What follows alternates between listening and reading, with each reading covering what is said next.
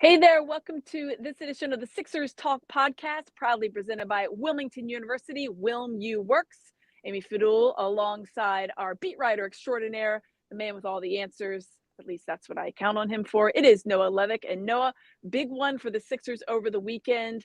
They obviously closed out that little kind of mini homestand with a nice victory. And then to go into Dallas, that afternoon game on Sunday, and pretty much dominated. It looked like a little bit of a slow start, but then they really came on strong. I thought it was a pretty impressive performance. Obviously, Luka Doncic is always going to be impressive. Kyrie Irving does what he does. But for the Sixers to get that win, it's a big morale boost. Obviously, it's a big boost in the standings, but it shows them and maybe some other people that they can win without Joel Embiid. Obviously, it's a struggle and you need a lot of things to happen. But I guess maybe I want to first touch on the formula you saw that they were able to get that win in Dallas with Joel Embiid, because they obviously, we've talked about it a couple of times. They've really struggled without Joel Embiid, as any team would, when you're missing, reigning MVP, a player with his caliber of defense and offense. But they seem to figure out a little something down in Dallas. What did you think of that one? Absolutely. Yeah. Hard to classify it as anything but super impressive. They got another really good win semi-recently against the Cavs, and I think this was honestly right up there. As you said, super hard challenge defensively, and Dallas's stars got theirs. But I think the bottom line with the formula is Tyrese Maxey looked like 1A sort of star yet again. Mm-hmm. And he led the Sixers back from that early 11-0 hole, just looked extraordinarily speedy and shifty, and was at his, I think, best level.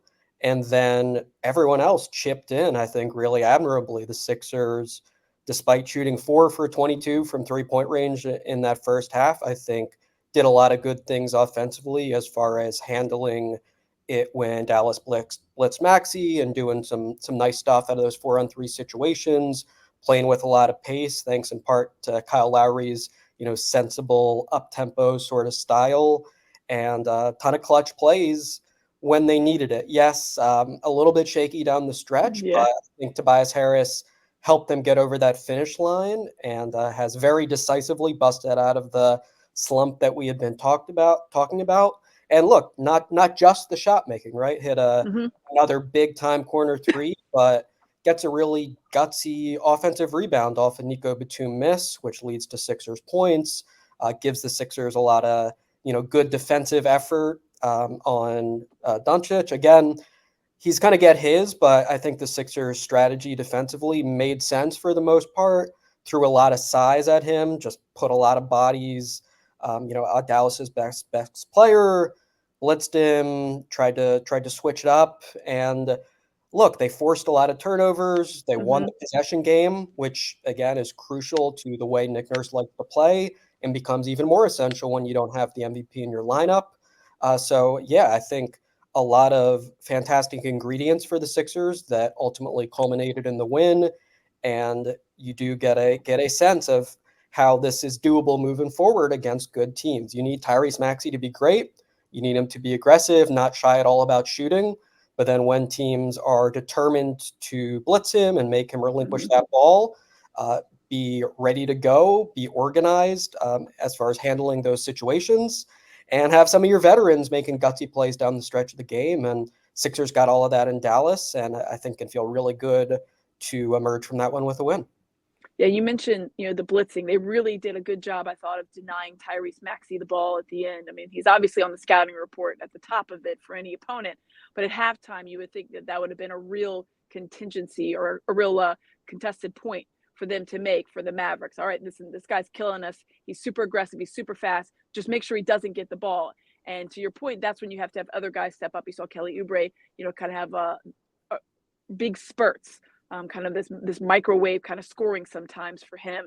And Tobias Harris, he's been much maligned, and rightfully so. When the guy was in a really, really bad slump, shooting under 30% from the field is never going to get you much praise anywhere, much less here in Philadelphia. But 2 back-to-back games for him, showing the confidence, shooting 19 shots. I think that was really good. Obviously, the volume scorer, but something that when he was really struggling, Nick Nurse mentioned, like, if you're struggling, I need you to do other things. And I think that Tobias has really taken that to heart. You talked about that big offensive rebound, the defense on Doncic. Yeah, Doncic, he's going to get 30 plus points. That's what he does. But at the same time, if you can do enough to limit and frustrate him and then get other things going your way, and then for Tobias Harris to do both of those things for 2 games in a row, that's obviously a really good sign. You're hoping that that's how it's going to continue. We talked about last week how Joel Embiid plans to be back. That's the hope. If they play like this, like we saw against the Cavs and then obviously against Dallas, they're a team that I don't think has to worry about anymore the play-in tournament, and they could wait for their MVP to come back because they will be sitting in that 4 or 5 spot, and it'll be all good. But it was nice to see for Tobias. You felt good for him. You felt good for the team. But you mentioned Kyle Lowry, and so for the second straight game, we saw him inserted into the lineup. And I was on the pregame show, the previous game, talking with Jim Lynam, and I know it was the Hornets, and I thought, well, maybe this is a really good time to experiment. And Jim was like, I don't know if it's that so much as sometimes I like to light a fire under my guys. And I think that that's probably more to the point, and that's why Jim's a former coach, and I just wasn't talking about it.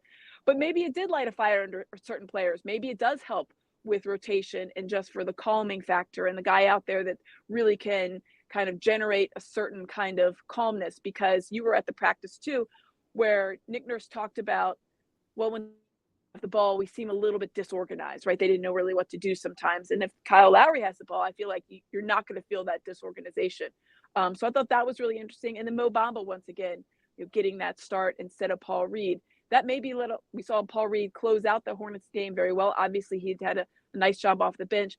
Do you think the Bamba Reed thing is lighting a fire? Is it offense versus defense? Is it experimentation? What is your take on that? Yeah, I think it's probably a blend of factors. Nick Nurse said, as far as the Charlotte game, they liked Bamba because Nick Richards is a large traditional big and just matchup-wise thought it made sense. But Paul Reed was forthright about, yeah, I have a bit of a chip on my shoulder, and I did see this as a demotion. And we know he has the out-the-mud mentality. Any opportunity he gets to find a little fire, he's going to take that pretty eagerly. And yeah, I think he's been really strong off the bench. And I think you see just a lot of what Nick Nurse is asking him to do. He's been delivering it. I think in Dallas, his defense was impressive. I think he did a nice job toggling between the perimeter and the interior, executing a variety of coverages, not being overzealous, but still providing tons of energy, fighting for offensive boards. This is the Paul Reed we know the Sixers want to see night after night. And he's, in my eyes, still clearly the Sixers' best non-Joel Embiid center. But at least for the time being, this is working with him off the bench. Maybe you stick with it. And then maybe also it does become a little matchup contingent. And you also look for, hey, if Mo Bamba's somewhat comfortable and doing okay as a starter, maybe we stick with that and, see how long we can ride this thing, essentially. But I think definitely everyone looked like they were in comfortable roles the last couple of games, and that's a big plus. And Nurse said initially part of the thought was just Kelly Oubre Jr. Let's see if we can get him rolling in and off the bench, situation. Then he was out for the Charlotte game with a minor shoulder injury. But as you said, he provided the desired spark in Dallas in a situation where Tyrese Maxey, after having this scary play where he's hit on the head, slips on a drive and falls into Derek Jones's leg, the Sixers are like, all right, what do we do? Who's going to create shots for us? And Kelly Oubre Jr. gladly raised his hand and I think did well in that situation. Yes, not super efficient. Again, he doesn't tend to shoot the three-point shot very well, but hey, this was a spot where he absolutely stepped up when needed and gave the Sixers some good bucket getting in that second half. So I think there's still many questions Nurse needs to sort through, and a lot of it, will be contingent on who's healthy and matchups and what have you. But I think the bottom line is no good reasons I can see right now to, deviate from what's been working these last couple of games. And I thought they were overall, smart changes that the Sixers have made here. Yeah, Kyle Lowry is always surprising people, I think. And maybe he's always been surprising people, going back to his high school days and then in college and then, having the career he's had. But I mean, this guy is literally 2 weeks thereabouts away from his 38th birthday. And now he's filling in like a starter, and he's playing, these solid minutes against teams that are playoff teams. When you're looking at it and going forward, that's the role he's going to fill. So my question is, do you need to, I mean, I guess he played about 28 minutes with the Heat. Then obviously he didn't play for a while, right? He didn't play for about a month after the trade, and then he was bought out. Is there a concern in your mind, or how much you need to watch how much you're playing him, given the fact that you get a guy like that for one reason, and it is the playoffs, right? I mean, it's obviously now it's to get you to the playoffs, but it's also in the playoffs. We joked, 2 years ago, just wrap PJ Tucker in bubble wrap and open them in April. Like, you don't need him at any other point. Kyle Lowry, obviously you need, and I think you've seen that these last 2 games. He provides just some good stability, some sound decision making, obviously the ball handling and everything else. But I maybe have a little bit of question mark, and maybe I shouldn't, because he has proven everybody wrong at every step of the way. But you don't want to overuse him, given the fact that you want to use him, when it really, really matters. Not that it doesn't matter now. You're trying to stay above that 6. But how do you walk that line? Or am I just being just overly, pessimistic or realistic? I don't know which. I don't want to be pessimistic. I don't think so. And I think, in all honesty, it's an especially fair point to raise, just given Nick Nurse's history, right? Like, Fred VanVleet, Pascal Siakam, OG Anunoby, the last couple of years, these guys were at the very top of the NBA in minutes played, and sometimes that backfired on the Raptors. We remember VanVleet was injured and not near himself in that playoff series in 22 against the Sixers. So we also know Nick Nurse loves Kyle Lowry and is going to be inclined to lean on him. So I think Lowry's going to be sensible. If he's not feeling right, he's going to tell the Sixers training staff and they'll ease up a little bit. But yeah, I think definitely worth monitoring moving forward. I think it does look a little easier when you have Campaign in the mix. He was out in Dallas with an illness. So assuming he is back soon, I think that gives you a little more flexibility. And Nurse has liked what he's seen from Payne thus far. So I think if you can spread those minutes out among a few ball handlers, then it should be manageable, not to heap, 38-year-old Kyle Lowry with 38 minutes a night or what have you. But I think the last couple of games, you see why just his presence on the floor still tends to often be really positive for his teams. I think something that's stood out to me is he's no longer the, briskest guy out there, but boy, he helps his teams play in transition, and things look easier when you're in transition. Those are statistically, more effective possessions. And also it just aids in the aim of, like, let's make quick decisions. Let's make the defense rotate. Let's attack before everything is settled. And there are just seemingly countless times where Kyle Lowry's on the floor and it's like, yeah, he threw that little hit ahead pass. He threw that little one more pass. And therefore the possession became, 30% easier than it might have. The result isn't necessarily, oh, Kyle Lowry throws an assist to a wide open teammate. But yeah, I think that value is jumping out right away in his tenure with the Sixers. And I totally understand Nurse loving his guy and wanting to play him a good number of minutes. But I think it is a very good point to raise that, let's make sure those minutes don't skyrocket. And priority number one absolutely is the postseason and having a good version of Kyle Lowry available for those big games. You mentioned, possessions earlier, how they won the possession game, and then you touched on it a little bit again. Pace. That's something you hear over and over and over again. Obviously, hear it a lot this year across the board because of the way that the league is playing and scoring. You're seeing all these, big numbers, and the Sixers had really struggled with that, with no Joel Embiid, which sounds kind of interesting because you're figuring, why in the world would Joel Embiid affect your pace? But obviously, it's about spacing in the offense that they run, and they just aren't able to do it. But I thought that was a really good point, and I don't know that I noticed it until you said it, and I thought back about watching that Dallas game. That extra pass, that even if it's not assist, it's almost like a hockey assist, just to get the ball up quicker. That sets the pace for the rest of the team. The ball movement obviously comes with it, but you're not seeing somebody, kind of like you said, he's not the quickest guy. He's not going to Tyrese Maxey it up the court, but he is going to get the ball up the court, and the play is going to progress at a pace that Nick Nurse wants to run. And that's really important for this offense to click. And I think that's what you saw in Dallas. if they run the offense as the way it's designed, that Nick Nurse has designed it, and obviously the shots go down, that's one thing. But if you at least run, you have a much better chance of scoring on the possessions. And then obviously, you have more possessions, more chances to score, and then the higher the score gets, because they had really struggled. I mean, they were struggling to get to the 100-point mark, and you're thinking, oh my gosh, this team is, going to trudge across the finish line. So I thought there was a lot of positives, but that was such a good point about Kyle Lowry. The assumption is that he's not running the offense the same way. And it's true to a certain extent. Like, he doesn't run it like Tyrese Maxey, obviously, but he runs it how Nick Nurse wants to run it. Yeah. And that is about getting the ball up the court and starting those possessions so much quicker. And then therefore they can go through the rest of it. And so they can make 5 or 6, 7 passes if they need to, instead of, oh no, we're already behind on the shot clock or whatever it is. And I think that was one thing. That's maybe why there's a little bit more hope going forward. And you're thinking, if you can draw from this, then there is something good to look forward to. They know they know they can do that. Am I wrong on that? Do you think that they rely on that, thinking, oh, we can do this because we've done it before, or is that just dictated by each game? No, I think increased pace is absolutely going to be an emphasis in any Joel Embiid-less situation. That's just the reality of how things are right now. But look, you go back to Nick Nurse's Rio Grande Valley Vipers days with Daryl Morey, and Daryl Morey made sure, like, let's lead the league in pace. This is an avenue where we can be more efficient than other teams. And, it's just, I think, a tenet of most teams in the NBA nowadays.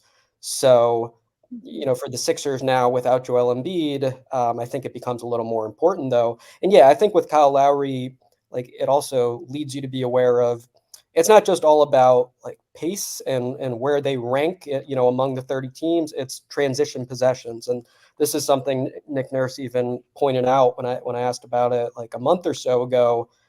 I said, like, they're not top of the league in pace. Kind of what are some avenues to do a little bit better there? And he said essentially, well, I think we're like 5th in transition frequency.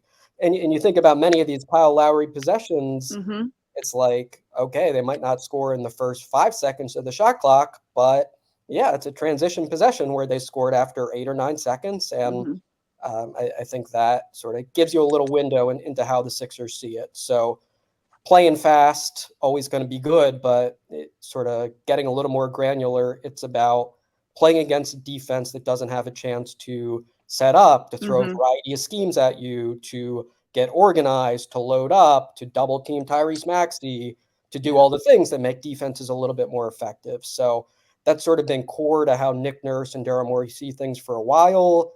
And that's not like, they're not a Moneyball Rockets team anymore that wants to, be soaring above the rest of the league in this specific category. But it is an avenue where like they think they can do well. And Kyle Lowry, I think, still tends to be helpful as far as getting some more transition chances and just, making the team look a little sharper, a little faster, a little better offensively in those ways. Yeah, it has to go a long way with confidence too for them, because they feel it. You feel when that energy is shifted, and the thing that he brings out there. No Moneyball analytics strictly. I think those days hopefully are behind us. Hopefully. Oh, we'll see on that front. Let's take a quick time out as we tell you about some of our wonderful sponsors. Find your higher education home at Wilmington University, where your academic success is celebrated by a caring community. Explore your opportunities at wilmu.edu. Celebrity cook Steve Materano brings his Italian-American cooking back home here to Philly. Enjoy Materano's Prime at Rivers Casino and Steve's famous meatballs with Sunday gravy, prime steaks, and more. Make reservations for Materano's Prime on Open Table. All right, so we touched on a little bit about some of the lineup changes, and it will be interesting to see going forward, because Nick Nurse does have a tendency to ride the hot hand, and he likes what he's seeing from it. It was very, very much a surprise when Mo Bamba got the start, and you saw Kyle Lowry out there again. But going forward, so they faced that very tough schedule, right? They had the 4 teams above them, and then it got a little bit easier, and then everybody was wondering when you would see from Dallas. So right now they're actually sitting okay in the standings. We have 23 games to go. They have some winnable games coming up. You're looking at the Nets and the Pelicans. Those are teams that are struggling a bit. Obviously, they've been hampered by some injuries. But the Nets up first, Pelicans, and then there's the Knicks a little bit further down the road, which will be tough because that's a back-to-back Knicks games, 2 Knicks games in a row. when you think about where this team is, and the focus now has to be on obviously staying above that kind of cut line, so to speak, the play-in tournament line. Do you think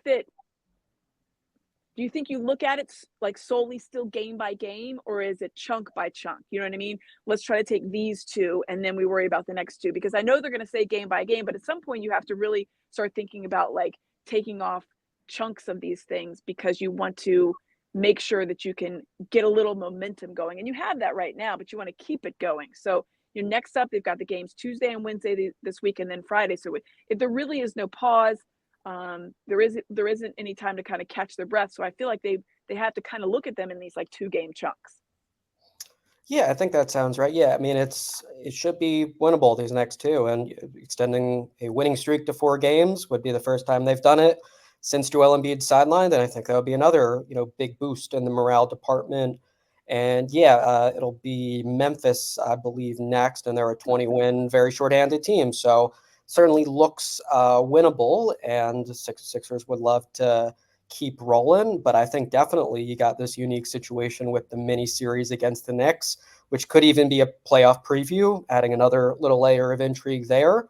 So I think they won't want to get ahead of themselves. First task will be beat the Brooklyn Nets. But yeah, the notion of let's take these next two and then let's lock in on this interesting matchup against the New York Knicks, I think that sounds reasonable enough.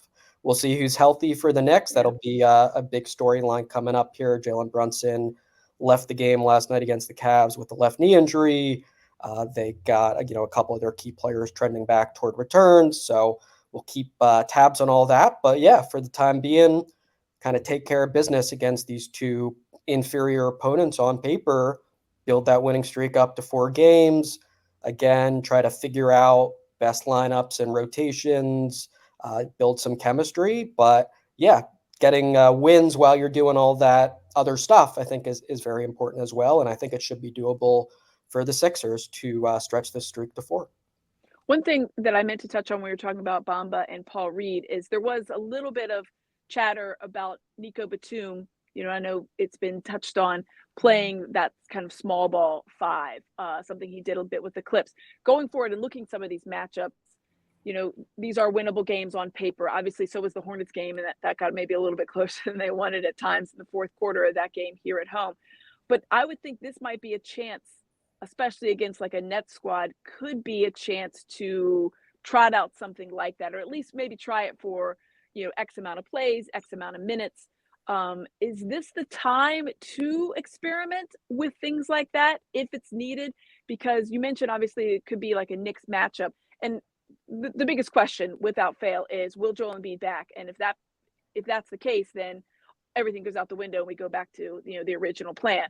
But until then, they have to have as many options, I think, at that center position, whether it's Mo Bamba, Paul Reed, Nico Batum, trying different things, and what the lineup would look like if it shook out like that. So you're thinking about those next games, Grizzlies and the Nets. Is this a chance to try out some of these different looks, these different things, especially when it comes to that 5 position? I think so. Yeah, I think you want to balance it, right? And I think the bottom line is Nick Nurse is fully on board with the idea of we'll try something, and if it's not working, we'll quickly crumple it up. But yeah, you've now got KJ Martin back healthy. Mm-hmm. He's another guy who's gotten small ball 5 minutes here and there. And I think Batum, as we said, there have been some encouraging signs, and why not give it some more run? If there are chances you see to do that. So I think, yeah, you also want to establish some core, things that work with this group. So you don't want to be, throwing a million different concepts at your teams and overcomplicating it. But I think absolutely, let's see some more Batum. Let's see some lineups with KJ Martin in that front court. And yeah, let's learn more about the Sixers. They clearly, have not had much time with the post-deadline version of this team. Mm-hmm. They might not have very much time at all with a Joel Embiid post-deadline version, with a Melton back in the lineup version of the team. But yeah, I think Nick Nurse has always been open about the concept of like, we want options at our disposal when the playoffs roll around.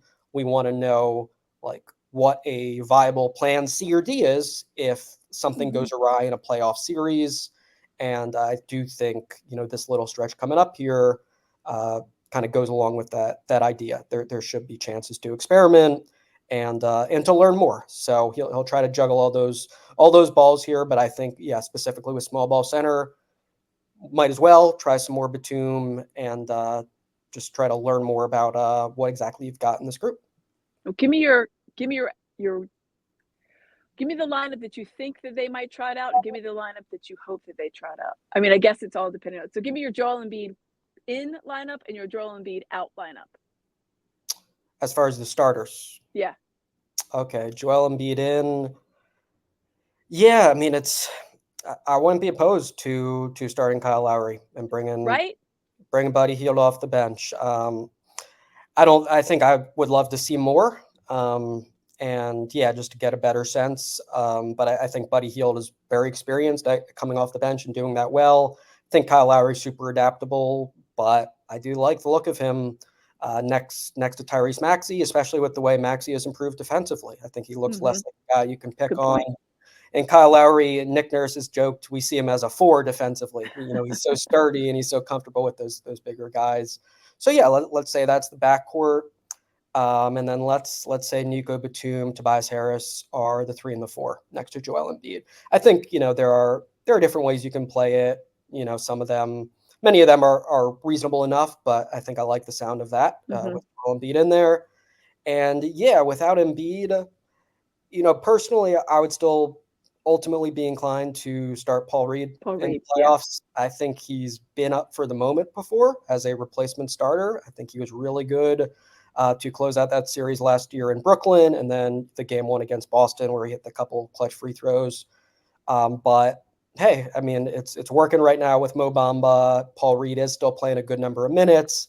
I understand what they're doing for the time being, but let's say Embiid's not available for the playoffs. I think I still feel pretty decent about the idea of, Paul Reed being the starting center. I think that just kind of sounds logical to me. Yeah. So that's how I play it for now. But if I were the coach, I would also still want time to experiment and to do some trial and error with this group.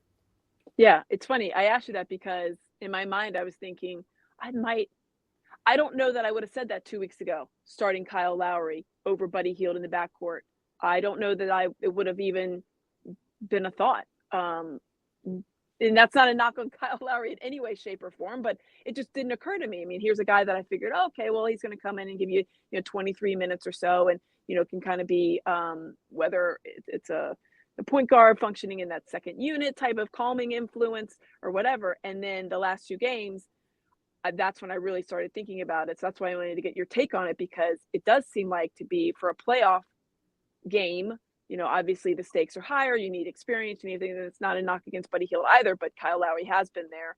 And Hield is proven that he can come off the bench. And Oubre, I think, has done well off the bench. And then obviously going across the board, Paul Reed would be probably the starter, given the fact that he does have a little bit more experience in that. I mean, albeit slim, but more than certainly Mo Bamba. And I think that he gives you a lot in the minutes that he's played and what he's proven to you. But yeah, I don't know that 2 weeks ago I would have told you that I thought Kyle Lowry should be starting a playoff game for the Sixers. But that just shows you that, he is the player who they thought they wanted, and he's turned out to be that guy, which I think is a really big boost for them. I know that they wanted to get, like a 4 or 5 type of, player out there, either on the trade market or in the buyout market. That didn't happen. And so it was interesting. I feel like if Mo Bamba is at least what we've seen, then they wouldn't need that, because I did see the reports of, Mike Muscala was available. And of course that would have been a completely full circle. People should have just brought him here just to bring him here so they could just cheer him and then release him for bringing Tyrese Maxey here. Yes, his presence alone would have been cause for joy. I mean, look, there is still the possibility that they add a front court player. They have 2 open roster spots. They know what the market is now, right? Everyone who's been waived by March 1st is playoff eligible. we'll see what happens. I think you feel a little better about the front court situation again with the recent Nico Batum minutes there. KJ Martin, I think, looks potentially viable as well. So it still could change, though. Should be noted, and maybe Daryl Morey has another addition up his sleeve. But yeah, this is what they've got for the time being, and looking good as of late. All right, so give me the next four. So we did this when they had the four teams above them in the standings. I think we all said 2-2. We were off by one. It was 1-3. I did think they were going to win that first Knicks game. Obviously, they did not. So we'll table that one. We'll come back to it later. But give me the next four, which I guess the fourth one would include the first Knicks game. Or maybe I should do five, so I include both Knicks games. Give me their next five for the record. What do you think? Is it a winning record? Next five, I do think it's a winning record. I'm split between 3-2 and 4-1. Give me the 4-1, Noah. 4-1 would be pretty good. Yeah. So I'll say 3-2 though. I'll say hedging. I'll say it's a 3-2. But yeah, I mean, I think like in all likelihood, when you have those mini series, it's a split if the teams are evenly talented-ish. I think the Sixers should be really motivated to play well against the Knicks. They've been embarrassed twice at home this season by that team. Yeah. And it would be surprising to me if they did not win at least one of those. But I'll say, yeah, out of those first three, on paper, the one they would drop would be to the Pelicans, who are, I think, 11 over 500 right now. As we said, Brooklyn and Memphis are inferior opponents. Maybe that doesn't go quite to chalk, but I'll say overall it adds up to 3-2 would be the prediction for now. It is probably a split on the Knicks. We could talk about that later on in the week because by the time we talk again on Thursday, we'll have had two games in the books. I would hope those are both wins. But yeah, I mean, you never know. Obviously, sometimes the better teams get caught up in the opponent and whatever else, then you have to scramble. But 3-2, just to be different, I'm going to go 4-1. I'm going to steal your 4-1. That would be honestly, I don't care if they're inferior opponents. 4-1 without Joel Embiid and have any kind of winning streak would just be nothing short of remarkable for this team that is still figuring out how to navigate those waters. But 3-2 or 4-1, I think is pretty good. That would set them up, I think, pretty nicely. Then I think that you have a little bit of breathing room, dependent upon what everybody else does, as far as the Knicks or the Pacers and the Heat, to see where they are in that kind of 6 and 7 spot, because they're right below the Sixers when it comes to the standings. And that's really what it's all about right now. You want to get the wins where you can. You want to hope some other teams obviously take care of some of the teams fighting for your spot for you. But I don't think anybody's beating the Celtics anytime soon because they're scoring 150 points a game. It's actually incredible. I had to double check some of their score. I had to double check that score because I thought for sure that couldn't have been correct because I did not watch the game and it came up and I thought there's no way that can't be a real score. And it was. And it wasn't even overtime. Right, and the Sixers, lost by merely 18 points or whatever to Boston, and that's better than most opponents have done lately. Yeah, right. Talking like Pacers, box scores, another little shout out. TJ McConnell had a 26-point game on 13 for 15 shooting, and a loss though. Shout out! Oh, they did lose to the Spurs, which obviously is good for the Sixers. But TJ McConnell is going to be scrapping to get Indy a top 6 seed, and boy, he still has plenty of ability. That guy. I mean. That's such a good point. Let's talk a little bit about TJ McConnell. But speaking about a guy that's always been undermined and probably counted out. A little guy, coming out, not highly recruited, obviously goes and plays decent college ball. And you look at him and you're thinking, I mean, he's part of the process Sixers. He was a Brett Brown Sixer. And you're thinking, this guy's just here to fill a spot. But then you watch him play. And how he throws his body around, how his teammates love playing with him. I mean, the energy that he would bring, obviously defensively, but offensively, he had more than he wasn't just a little scrappy guy that's just going to fight for the ball and then pass it around. He could score 13 of 15. Is remarkable. What an NBA career. And Brett Brown was coaching against him, and she should have prepared the Spurs a little better, but put him on the defensive report. He's always been borderline world class at that the Nash dribble, the circle around, and he just finds Mm-hmm. a spot to pop off a little right elbow jumper, and he was making everything he put up against San Antonio. So yeah, never a bad time to shout out TJ McConnell, and he's one of the key figures now to monitor in that, who's going to be in and out of the play-in tournament conversation. Obviously, Indy, was hoping that Tyrese Halliburton kind of gets back to the level he was at pre-injury. That would be big for them if it does indeed happen. But yeah, the Sixers are doing a lot of standings watching. But I think, as you said, right, if they take care of what's in front of them, go 3-2, 4-1 in this stretch, it'll be thumbs up, and they'll be certainly trending toward securing a top 6 seed. And that would be fantastic, and is absolutely the number one goal for the time being. Well, you pointed it out. The Spurs took care of business, and that helped the Sixers a bit. So we do want to appreciate Brett Brown in helping the Sixers out. He's always looking out for Philadelphia. The man loves us, even if sometimes it's not returned. Maybe it's an unrequited love at times.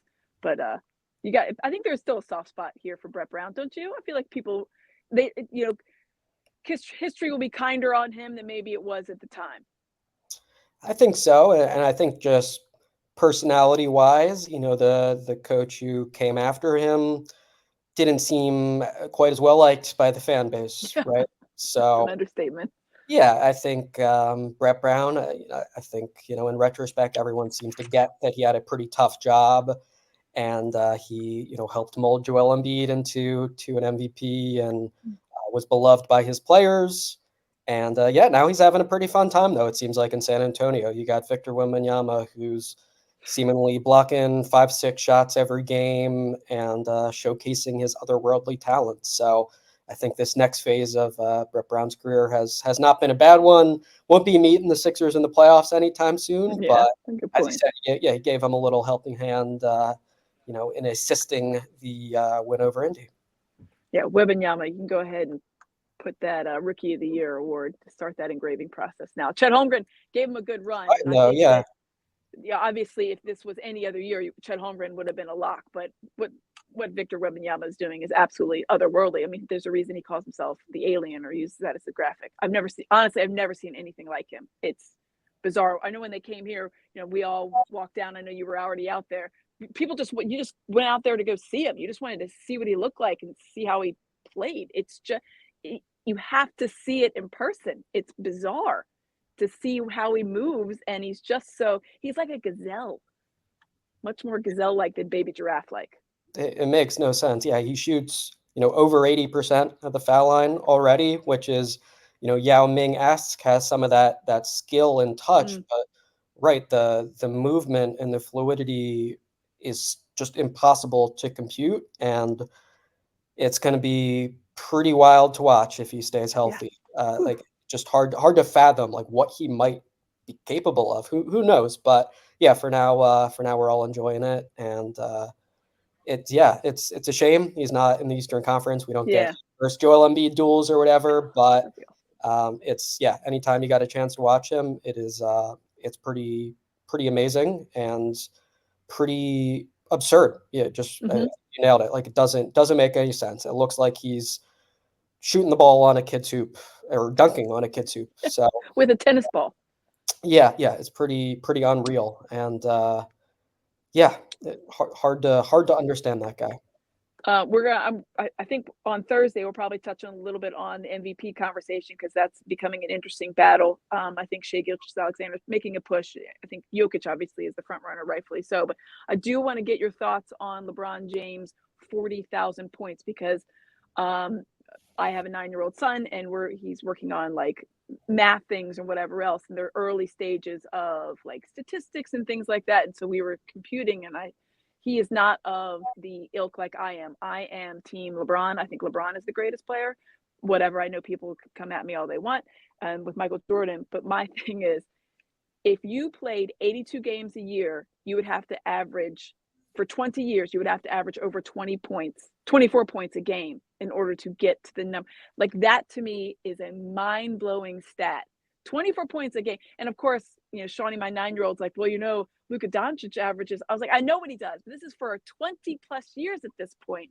The fact that he's done that, say whatever you will, I know people are going to knock him or whatever else. I get his showmanship and 40,000 points, 11,000 rebounds, 11,000 assists. I mean, these are numbers that I don't know if they can be touched, given the fact that you have to play at the level he's played at for the length he's played at and the number of games he's played at. Right. And just, I think we can appreciate it's really difficult to stay healthy and to stay great for that long. Like, it just isn't done. He's the only guy to do it at anywhere near this caliber. Yeah, I've said it before. When I was, I think, 9 years old, 8 years old, I saw his first game in Philadelphia. I think he had 35 points with the Cavs, and he's still doing it. He's still like very much, at or near the top of the NBA, and pretty impossible to imagine, anyone replicating this feat. So yeah, full appreciation to him. I've always been someone who I think was inclined to like buy into a lot of the Michael Jordan legend and the myth making and what have you. But hey, I've seen this guy's whole career, and I can't argue with all of his greatness. And yeah, the accomplishments are just overwhelming, and I think also, the skill and the intelligence and the many ways in which he's special and dissects the game at an unreal level. Like, you can't argue with any of that either. As you were talking, just a little,